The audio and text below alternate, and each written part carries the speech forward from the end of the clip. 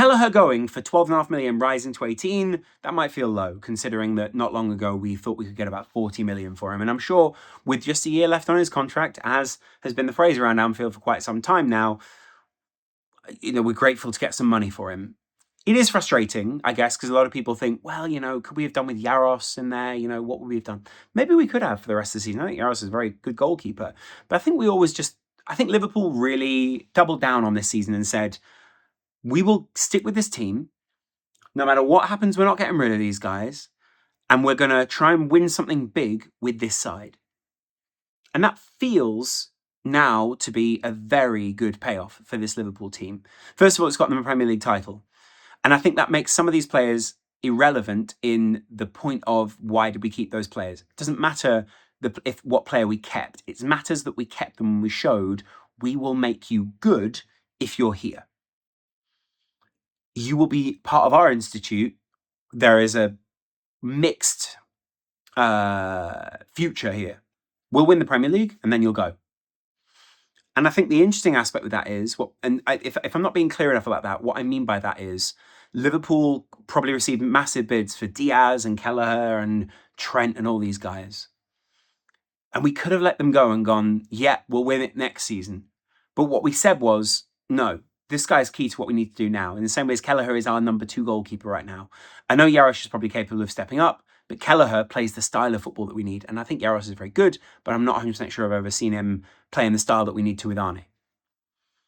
All of that to say, I think what Liverpool are now doing is consolidating further a squad that last summer we began to deconstruct. And we didn't want to deconstruct them without being able to rebuild it in a way that was going to work. So January, we bid for Kvaratskhelia. I think if we bid for Kvaratskhelia, we see Diaz straight out the door at some other point, either to Barcelona or to Saudi or somewhere else. And we possibly even see, by the way, Nunez out the door, maybe Diaz stays, and we see like a rotation out on the wing between the 3 of Gakpo, Kvaratskhelia, and Diaz, ultimately Diaz and someone else leaving in the summer, possibly even Cody. All of that was because we saw an opportunity for a unique talent in the market. And now what we've got is 4 incredible goalkeepers, 2 of which we can probably let leave, 1 of which we will definitely let leave, and that is Kelleher. What we've not let him do is go to a direct Premier League rival that would hurt us in a very direct way. I'm sure Kelleher will come back at some point to haunt us. He's a fantastic goalkeeper.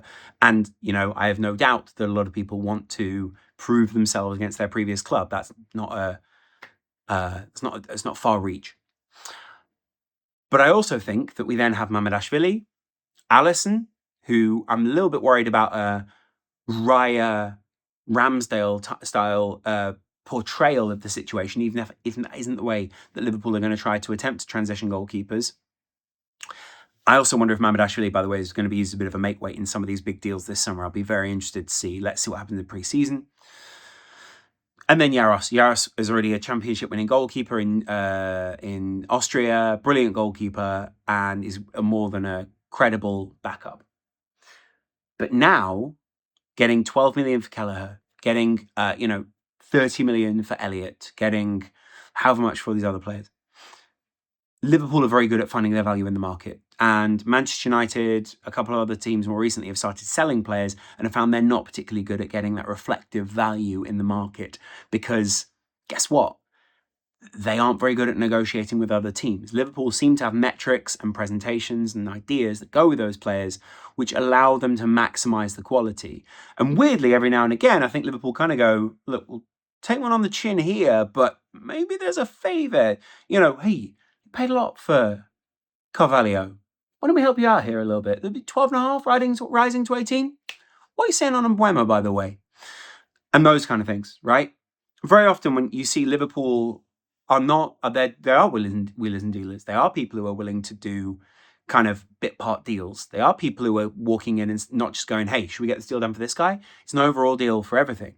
And these are remembered favours that Liverpool do. These are remembered fees that Liverpool are charging these sides. And when they come back in, ultimately, to get some value down the line or whatever you want to call it, those things will serve us well. That is why we got Edwards. That is why we got Hughes. I think last summer there were a lot of questions over these guys. But this summer, what you got to say is getting value for Kelleher, that was always going to be a challenge. So, we were talking about 40 or 50 million at one point, and I understand that he's a great goalkeeper. We should pay 40 for Mamardashvili, a starter for Valencia. That's pretty high for a goalkeeper. And then on top of that, Kelleher himself obviously wants to leave. It's not like we're selling a starter here. We're selling a backup. And ultimately, I think Liverpool will have used some of the stats and some of his reputation in order to get the most value out of him, and that's also great, right? So all of that is going to go towards, in a similar way, think of the Coutinho deal. Hey, sell Coutinho for 140. Should we go and get another attacking midfielder? No. Let's go and get a defender and a goalkeeper with that fee, and that will make the rest of the team much, much better. Liverpool are looking at this summer that same way. In the same way as we sold Carvalho, Vandenberg, and all those other guys last summer, this summer we're coming back and saying, right, time to, again, consolidate. It's a big word for this summer for Liverpool. Bring the money in. We don't need 4 goalkeepers, or at least you would hope we don't, And what we do need is extra money to go here in a striker or an attacker, extra money to go here in a left back or right back. And we're bringing that all together to make one cohesive transfer strategy. And because Liverpool have depth in each of these positions, goalkeeper, centre-back, although centre-back I'd say we definitely need to sign someone, left back, right back, central midfield, each wing, although, again, Frimpong is now the depth on that right wing, and striker, which we, potentially, if we don't have it now, we will have it by the time the summer ends, and we do have it in terms of transfer budget. I'm talking about budget here, guys, not necessarily on-field value for us directly. Then what we can do is we can afford to move some of that value around, and where Slot sees that value, we can shift the money that way. And that is what years of living with Klopp and, living slightly under budget. I think we've spent like the 8th most of any of those clubs. Our wage bill dropped when we dropped a couple of those big players. Now it's coming back up. We've not been the top spenders in this league by a very long way. We were like the 8th top spenders overall in this league. And I think what I'm taking from that, what I'm kind of reading from that as a Liverpool fan, is there is long-term continuity that is now paying off. And I'm very grateful to Kelleher. I think he's a fantastic goalkeeper. I'm sad to see him leave for such a low fee because I think he's very high value. But ultimately, we know the value of him as Liverpool fans. We know the value of him as a fan base. We know what he bought while Alisson wasn't here. We knew the backup that he was. He was more than a backup. He was a starter for us for a very long time. And I think that's tribute, first of all, to the culture at Liverpool and the fact that we can just have someone else come up and it not really feel like all that much of a change for the team. But secondly, the culture of bringing in brilliant characters like Alisson who share and who coach and who put an arm around people and are happy when they do things, rather than a toxic creative culture of, oh, that guy's going to take my spot or whatever. There is such safety in the Liverpool hierarchy that Liverpool are now themselves able to leverage that in transfers. And I think a lot of us this summer we'll reap the fruits of that labour, of years and years and years of that labour, because we're in a new phase of investment at Liverpool. And you can see that in a couple of other channels on YouTube where they're speaking about different phases. I think it's called Anything LFC. I don't know what it is. All the Reds. I'm so sorry, I can't remember your name now, mate. But you know who I mean. Great guy. Is he Canadian? Is he American? I think he's Canadian.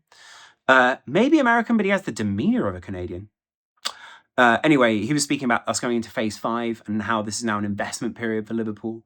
I think I agree with him broadly. It's very easy to get carried away with a long-term investment. I think Liverpool invest in the short term in positions they need to invest in, but we're not going to be throwing 100 million at it every summer. What we really want to be doing is bringing players in, locking them down to contracts, and then managing the funds that we do have in the long term. Don't expect 150 million spent every summer, kind of for the sake of it, to be honest. It's good money following good money, not bad money following good money. And I think Liverpool, what they want to do, and as goes with the transfer ideas that Liverpool have at the moment, we're strong. It's not about let's buy another player to keep things fresh. It's about how can we realistically upgrade in one of these positions, hence why we're bidding on Wirtz and Kvaratskhelia and all those guys.